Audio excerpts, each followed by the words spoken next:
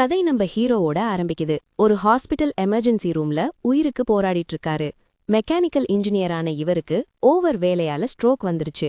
இப்போ ரொம்ப கிரிட்டிக்கலான நிலைமையில இருக்காரு. சின்ன வயசுல இருந்தே ரொம்ப கஷ்டமான வாழ்க்கை. பெத்தவங்க சீக்கிரம் இறந்துட்டாங்க. அனாதையா வளர்ந்து படிச்சு முடிச்சதும் 20 வருஷம் கம்பெனில வேலை பார்த்தாரு. ஆனா குப்பை சம்பளம். வாழ்க்கை நரகமா இருந்துச்சு. யாரையுமே காதலிக்கல. ஏன்னா இவர்கிட்ட காசும் இல்ல, ஒருபடியான வேலையும் இல்ல. இதையெல்லாம் நினைச்சு பார்த்து நம்ம ஹீரோ வாழ்க்கையே கைவிடுறாரு. கண்ண மூடி அப்படியே இறந்து போறாரு. டாக்டர்ஸ் எவ்வளவோ ட்ரை பண்ணியும் அவர் உயிரை காப்பாத்த முடியல. மறுபடி கண்ணை திறந்து பார்க்கும்போது ஒரு ஆடம்பரமான ரூம்ல இருக்காரு. சுத்தி கண்ணு கூசுற அளவுக்கு சொத்துக்களும் நகைகளும் இருக்கு. இன்னும் ஹாஸ்பிட்டல்ல தான் இருக்கோன்னு நினைச்சு பீஸ் கட்டவே கஷ்டம்னு பயப்படுறாரு. ஏன்னா இது ரொம்ப காஸ்ட்லியான ஹாஸ்பிட்டல். அப்போ திடீர்னு ஒரு ஸ்டேட்டஸ் விண்டோ முன்னாடி வந்து இவரை வரவேற்குது. எல்ட்ரியாங்கிற மேஜிக் உலகத்துக்கு வந்த நம்ம ஹீரோவுக்கு ஒன்னும் புரியல. ஆனா கண்ணாடி முன்னாடி நின்னப்போ அவர் முகத்தை பார்த்து மிரண்டுட்டாரு. ஆள் இப்போ டோட்டலா மாறி போயிருக்காரு. செம ஹேண்ட்ஸமா கோல்டன் கலர் முடியோட இருக்காரு. ஏன் இப்படி இருக்கேன்னு அவருக்கு புரியல. ஒரு வாரம் கழிச்சுதான் என்ன நடக்குதுன்னு தெரியுது. ஹாஸ்பிட்டல்ல செத்த நம்ம ஹீரோ இங்க மறுபிறவி எடுத்திருக்காரு. ரயான் எட்கருங்கிற பெயரோட. ஒரு பிரபுவோட 3வது பையன். இவருக்கு ஒரு அண்ணனும் அக்காவும் இருக்காங்க. நம்ம ஹீரோ ஒரு விஷயத்த புரியுறாரு. ரயான் தான் இந்த வீட்டோட செல்லப்புள்ள. எல்லாரும் இவரை ரொம்ப அன்பா பாத்துக்கறாங்க. என்ன வேணும்னாலும் உடனே செஞ்சு கொடுத்துடுறாங்க. குடும்பத்துல கடைக்குட்டியா இருக்கிறது அவனுக்கு வசதியா இருக்கு. ரயான் இப்போ வாழ்க்கைய கொண்டாடுறான். இதெல்லாம் அவனோட பழைய கஷ்டங்களுக்கு கிடைச்ச மருந்தா அவன் நம்புறான். இந்த எல்ட்ரியா கண்டத்துல எல்லாமே மேஜிக் மூலமா தான் நடக்குது. இங்க கெர்டோலார் சாம்ராஜ்யம் தான் ரொம்பவும் பெரிய மனித சாம்ராஜ்யம். மனுஷங்க மட்டும் இல்லாம எல்வ்ஸ், டுவார்ஸ்னு மத்த இனங்களும் இங்க வாழுது. எட்கர் குடும்பம் ஒரு பெரிய செல்வாக்குள்ள குடும்பம். அவங்க கிட்ட பெரிய நிலமும் மக்கள் பலமும் இருக்கு. ஒரு பிரபுவா அவனுக்கு ஒரு தனி உதவியாளரும் இருக்கான். தான் பழைய கஷ்டமான காலத்துக்கு கிடைச்ச பரிசுதான் இந்த வாழ்க்கைன்னு அவன் நம்புறான். அவன் டீ குடிக்கும்போது அப்பா கூப்பிடுறதா அந்த பொண்ணு வந்து சொல்றா. உடனே ரெயின் அப்பா அறைக்கு போறான். மரியாதையா வணங்கி நிக்கிறான். அப்பா எதுக்கு கூப்பிட்டேன்னு தெரியுமான்னு கேக்குறாரு. ஆனா ரெயினுக்கு மனச படிக்கிற சக்தி இல்லையே. ஒரு ஊரை நிர்வகிக்கிற வயசு உனக்கு வந்துடுச்சுன்னு அப்பா சொல்றாரு. நீ எங்க போக போறேன்னு முடிவு பண்ணிட்டியான்னு கேக்குறாரு. ரெயினுக்கு ஒரே ஷாக். இத பத்தி அவன் முன்னாடி யோசிச்சதே இல்ல. அவங்க அப்பா எழுந்து போய் அங்க இருக்கிற மேப்ல அவன் நிர்வகிக்க வேண்டிய இடத்த காட்டுறாரு. அந்த இடம் வடமேற்கு திசையில இருக்கு. அங்க மேஜிக் ஆளுங்க கம்மி. அதனால அது சேஃபான இடம்தான். ஆனா அங்க விவசாயம் பண்றதுதான் ரொம்ப கஷ்டம். நம்ம நிலம் இப்போதைக்கு சேஃபா இருந்தாலும் சாம்ராஜ்யத்தோட எதிர்காலம் அவ்ளோ நல்லா இல்ல. இத ரெயினும் ஏத்துக்கறான். ஏன்னா அந்த கெர்டோலார் சாம்ராஜ்யம் அரசியல் ஊழலால மெதுவா அழிஞ்சிட்டு வருது. தலைவர்களுக்குள்ள நிறைய சண்டைகள் இருக்கு. தான் குடும்பத்தை காப்பாத்தணும்னு அவன் நினைக்கிறான். ஏன்னா மறுபிறவிக்கு அப்புறம் அவன் பார்த்ததெல்லாம் அப்படி. ரெயினோட அப்பா கவனிச்சாரு. ரெயின் ஏதோ ஆழ்ந்த யோசனையில இருக்கான்னு. பையனுக்கு ரொம்ப அழுத்தம் கொடுக்கறோமோன்னு அப்பா நினைக்கிறாரு. ரொம்ப அவசரப்பட வேண்டாம் அப்படின்னு அப்பா சொல்றாரு. ஆனா ரெயின் குறுக்கிட்டு உணவு பாதுகாப்பு இருந்தா நாடு முன்னேறுமா அப்படின்னு கேக்குறான். அதுக்கு அவரோட அப்பா ஆர்வத்தால மட்டும் சாப்பாட்டு பிரச்சனையே தீர்க்க முடியாது அப்படின்னு பக்குவமா சொல்றாரு.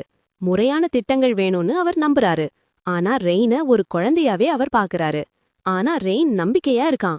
வெறுமனே ஆர்வம் மட்டும் இல்லாம பல வருஷ தொழில்நுட்ப அறிவோட அவன் தயாரா இருக்கான். உணவு பிரச்சனையை என்கிட்ட விட்டுடுங்கன்னு சிரிச்ச முகத்தோட அப்பா கிட்ட சொல்றான். ஐஸ்லிங் நகரம் அலோரியன் எல்லை பகுதியில அமைஞ்சிருக்கு. இதுக்கு வடக்குல சாரனும் மேற்குல எல்வ்ஸ் நாடுகளும் எல்லைகளா இருக்கு. தெற்குல பெரிய கடல் அமைஞ்சிருக்கு. இது 3 நாடுகள் சந்திக்கிற இடத்துல இருக்கு. அதனால இங்க போர் அடிக்கடி வரும். இதனால செழிப்பா இருந்த பூமி இப்போ வெறும் வாலைவனமா மாறிடுச்சு. மக்கள் குறைஞ்சிட்டாங்க. அந்த ஊருக்கு போற வழியில இதையெல்லாம் ரெயின் படிச்சு தெரிஞ்சுக்கிறான். தொழில்நுட்ப புரட்சிக்கு அதிக ஆட்கள் தேவை. ஆனா இப்போ அங்க ஆட்கள் குறைவு. மக்கள் தொகையை எப்படி ஏத்துறதுன்னு அவன் யோசிக்கிறான். அப்போ திடீர்னு தனக்கு ஒரு புது சக்தி வந்ததை கவனிக்கிறான். சிஸ்டம் அவனுக்கு ஸ்கேன் செய்யற ஒரு வசதியை கொடுக்குது. இத பயன்படுத்தி ஒருத்தரோட விவரங்களை அவனால பார்க்க முடியும். இத தான் குடும்பத்து மேலேயே அவன் செக் பண்ணி பார்க்கறான். இதனால மனுஷங்க பத்தி ஓரளவுக்கு அவனுக்கு ஒரு ஐடியா கிடைக்குது. இப்போ திறமையான ஆட்களை தேடி சேர்க்கறது தான் அவனோட முதல் வேலையா இருக்கு. அப்போ ஆச்சரியமா அவனுக்கு ஒரு சக்தி கிடைக்குது. சிஸ்டம் ஒருத்தர ஸ்கேன் செய்யற வசதிய அவனுக்கு கொடுக்குது. இத பயன்படுத்தி ஒருத்தரோட திறமைய அவனால பார்க்க முடியும். இத அவன் தான் குடும்பத்து மேலேயே செக் பண்ணி பார்க்கறான். இதனால மனுஷங்கள பத்தி அவனுக்கு புரியுது. உலகத்து மனுஷங்க பத்தி ஒரு ஐடியா கிடைக்குது. இப்போ திறமையான ஆட்களை தேடி திரட்டுறது தான் அவனோட மிக முக்கியமான வேலையா இருக்கு. அவர் அந்த இடத்துக்கு வந்ததும் அவரு கூட அதே வண்டியில ஒரு வேலைக்காரி இருக்கா. அவகிட்ட இவனை பாத்துக்க சொல்லி அப்பா சொல்லிருக்காரு. இவன் அங்க வம்பு பண்ணக்கூடாது, அதான் மேட்டர். அந்த சிவப்பு முடி பொண்ணுக்கும் ரெயின் நல்லா இருக்கணும்னு தான் ஆசை.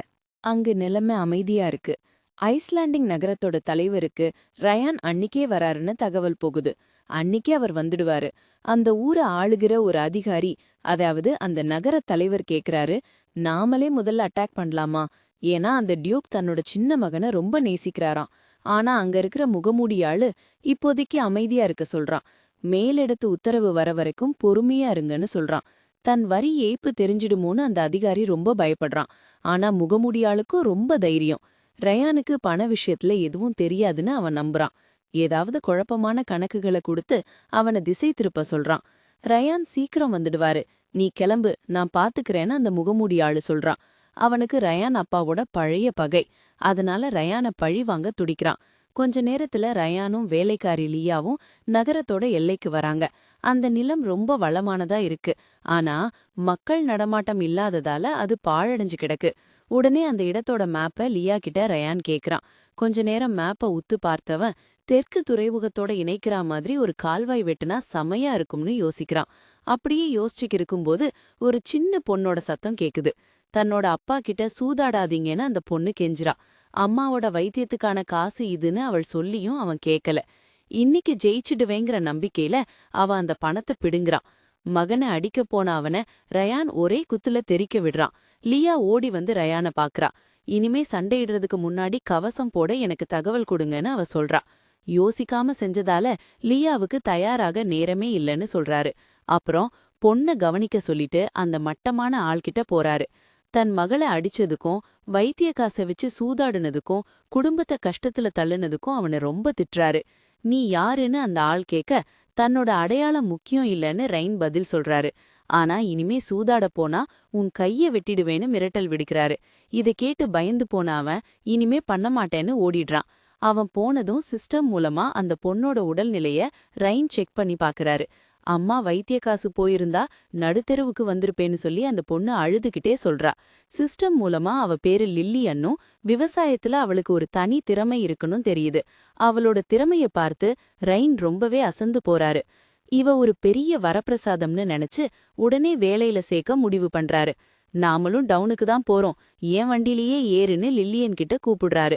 ஆனா அழுக்கா இருக்கேன்னு சொல்லி ஏற அந்த பொண்ணு தயங்குறா. இது வெறும் மரக்கட்டை தான், வண்டிக்கு ஒன்னும் ஆகாதுன்னு சிரிச்சுக்கிட்டே ரைன் சொல்றாரு. அப்புறம் இவ்வளவு வறுமையிலும் இங்க ஏன் சூதாட்டம் நடக்குதுன்னு இந்த பொண்ணுகிட்ட கேக்குறாரு. போன வருஷம் நடந்த போரும் அதுக்கப்புறம் வந்த வெள்ளமும் எல்லாத்தையும் அழிச்சிடுச்சுன்னு லில்லியன் விளக்கி சொல்றா. பயிர்கள் எல்லாம் நாசமானதால சாப்பாட்டுக்கே வழி இல்லாம மக்கள் ரொம்பவே கஷ்டப்படுறாங்க. சாப்பிடுறது கூட கஷ்டமாயிடுச்சு. இத கேட்டதும் ரைன் யோசிக்கிறாரு. ரைன் டவுனுக்குள்ள போய் கணக்கெடுப்பு நடத்த முடிவு பண்றாரு. இதனால ஊர்ல எவ்வளவு வேலையாட்கள் இருக்காங்கன்னு தெரிஞ்சுக்கலாம். ஆனா முதல்ல எஸ்டேட்ல எவ்வளவு பணம் இருக்குன்னு பார்க்கணும். ரைன் லில்லியன் கிட்ட அந்த எஸ்டேட் எங்க இருக்குன்னு கேக்குறாரு. அவள் பதில் சொல்ல வரும்போது தூரத்துல குதிரைக்காரன் வர சத்தம் கேக்குது. சாட்டையோட எல்லாரையும் விலக சொல்லி கத்துறான். வழியில இருக்கிறவங்களை ஏழைங்கன்னு கேவலமா திட்டுறான். ரைன் மேல குதிரைய விட போக லியா அவரை டக்குன்னு தள்ளி காப்பாத்துறா. அவன் பாட்டுக்கு போயிட்டான். ஆனா லியா சம கோபத்துல இருக்கா. என்ன விடுன்னு ரைன் சொல்றாரு. ஏன்னா அவரை ரொம்ப இறுக்கமா பிடிச்சிருக்கா. லியா விலகி நீங்க நல்லா இருக்கீங்களான்னு கேக்குறா. ரைன் நான் நல்லா இருக்கேன், எல்லாம் உன்னாலதான்னு சொல்றாரு. ரைன் அந்த குதிரைக்காரன் யாருன்னு லில்லியன் கிட்ட கேட்க அவன் எட்வின் குடும்பத்து வாரிசுன்னு அவ சொல்றா. ஊர்ல இருக்கிற எல்லா கேசினோவும் அவங்க குடும்பத்துடையதுதான். இத கேட்டு ரைன் சிரிக்கிறாரு. ஏன்னா எல்லா கேசினோவும் அவங்க கிட்ட இருந்தா அவங்க பெரிய பணக்காரங்க. இதனால அவர் சந்தோஷப்படுறாரு. ஏன்னா பணத்துக்கு என்ன பண்றதுன்னு அவர் கவலைப்பட்டுட்டு இருந்தாரு. இப்போ எஸ்டேட்டுக்கு பதிலா கேசினோவுக்கே கூட்டிட்டு போன்னு சொல்றாரு. லில்லியன் இதை தடுத்து அங்க போனா பணமெல்லாம் காலியாகிடும்னு சொல்றா. ஆனா யாராலையும் தன்னை ஜெயிக்க முடியாதுன்னு ரைன் சொல்றாரு. நீ கவலைப்படாத, கேசினோவால என்ன தோற்கடிக்கவே முடியாது. லில்லியன் ஆச்சரியப்படுறா. ரைன் எவ்வளவு பவர்ஃபுல்னு யோசிக்கிறா. கொஞ்ச நேரத்துல அந்த பெரிய கேசினோவுக்கு வராங்க. அங்க இருக்கிற பணத்தை ஜெயிக்க ரைன் தயார். அவர் உள்ள நுழைஞ்சதும் ஒரு ஆளு 10 கோல்டு காயினுக்காக கெஞ்சுறான். ஜெயிச்சு பணத்தை தந்துடுவேன்னு அவன் பொய் வாக்குறுதி தந்துட்டு இருக்கான். இன்னொரு பக்கம் ஒருத்தன் ஜெயிச்சுட்டேன்னு கத்துறான். இதையெல்லாம் பார்த்து ரைனுக்கு அருவருப்பா இருக்கு. ஏன்னா கேசினோ இருக்கிற வரைக்கும் யாரும் ஒழுங்கா வேலை செய்ய மாட்டாங்கன்னு அவருக்கு தெரியும். இப்போ லில்லியன் ரைன் கிட்ட ஆக்ஷன் எடுக்கலாமான்னு கேக்குறாங்க. ஏன்னா ராணுவம் கேசினோவை சூழ்ந்துடுச்சு. ஆனா ரைன் இப்ப வேணான்னு சொல்லிட்டு பெரிய ஆளுக்காக வெயிட் பண்றாரு. அப்படியே அங்க இருக்கிற ஒரு ஸ்டாஃப் கிட்ட போறாரு. என்ன கேம்னு அவர் கேட்க ரைன் அதுக்கு பதில் சொல்றாரு.